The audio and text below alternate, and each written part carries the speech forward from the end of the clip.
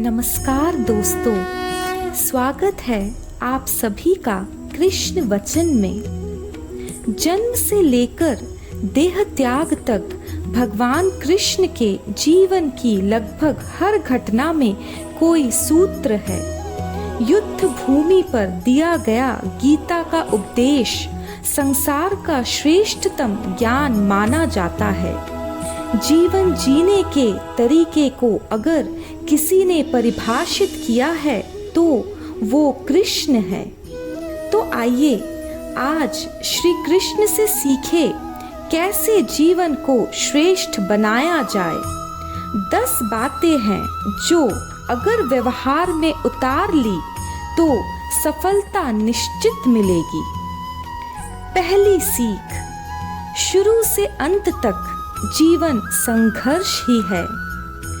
कारागृह में जन्मे कृष्ण पैदा होते ही रात में यमुना पार कर गोकुल ले जाया गया।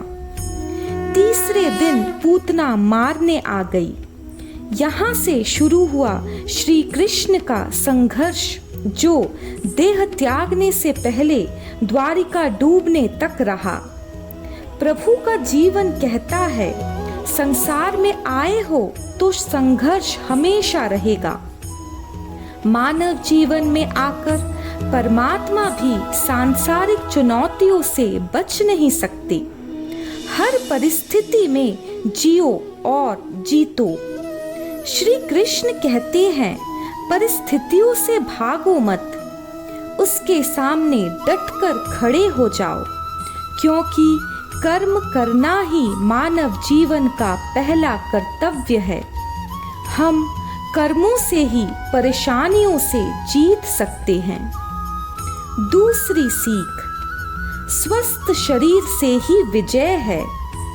श्री कृष्ण हमें यह सीख देते हैं कि आहार हमेशा अच्छा हो, शुद्ध हो, बल देने वाला हो। बचपन से ही शरीर को अच्छा आहार मिलेगा तो ही इंसान युवा होकर वीर बनेगा। जैसे श्री कृष्ण का बचपन माखन मिश्री खाते हुए गुजरा, आज भी हम उन्हें यही भोग लगाते हैं। स्वस्थ शरीर से ही विजय है, यह श्री कृष्ण हमें सिखाते हैं। तीसरी सीख, पढ़ाई किताबी ना हो, रचनात्मक हो। श्री कृष्ण ने अपनी शिक्षा संदीपनी ऋषि के आश्रम में रहकर पूरी की थी। 64 दिन में उन्होंने 64 कलाओं का ज्ञान हासिल कर लिया था। वैदिक ज्ञान के अलावा उन्होंने कलाएं सीखी। शिक्षा ऐसी ही होनी चाहिए जो हमारे व्यक्तित्व का रचनात्मक विकास करे। चौथी सीख, रिश्तों से ही जीवन है, बिना रिश्तों के कुछ नहीं।